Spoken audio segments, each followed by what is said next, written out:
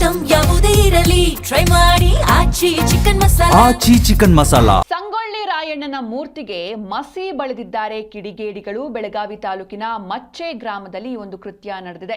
ಸಂಗೊಳ್ಳಿ ರಾಯಣ್ಣನ ಮೂರ್ತಿಗೆ ಮಸಿಯನ್ನ ಬಳಿದಿದ್ದಾರೆ ಕಿಡಿಗೇಡಿಗಳು. ಬೆಳಗಾವಿ ತಾಲೂಕಿನ ಮಚ್ಚೆ ಗ್ರಾಮದಲ್ಲಿ ಒಂದು ಕೃತ್ಯ ನಡೆದಿದೆ. ವಿಚಾರ ಗೊತ್ತಾಗ್ತಾ ಇದ್ದಂತೆ ಸ್ಥಳದಲ್ಲಿ ಬಿಗುವಿನ ವಾತಾವರಣ ಸೃಷ್ಟಿಯಾಯಿತು. ಸ್ಥಳದಲ್ಲಿ ಕನ್ನಡ ಪರ ಹೋರಾಟಗಾರರು ಬಂದು ಸೇರಿದ್ರು. ಸ್ಥಳಕ್ಕೆ ಕಮಿಷನರ್ ಭೂಷಣ್ ಪೊರಸೆ ಭೇಟಿಯನ್ನು ನೀಡಿ ಪರಿಶೀಲನೆ ಕೂಡ ನಡೆಸಿದ್ದಾರೆ. ವಿಚಾರ ಗೊತ್ತಾಗ್ತಾ ಇದ್ದಂತೆ ಸ್ಥಳದಲ್ಲಿ ಬಿಗುವಿನ ವಾತಾವರಣ ನಿರ್ಮಾಣ ಆಯಿತು.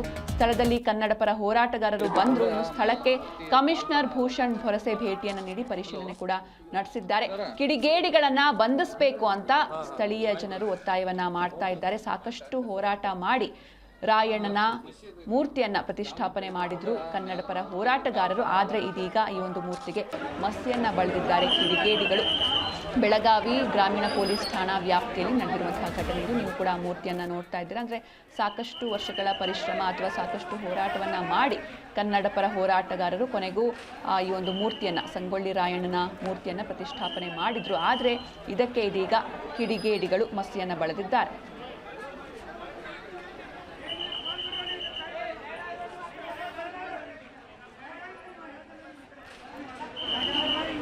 Hello sir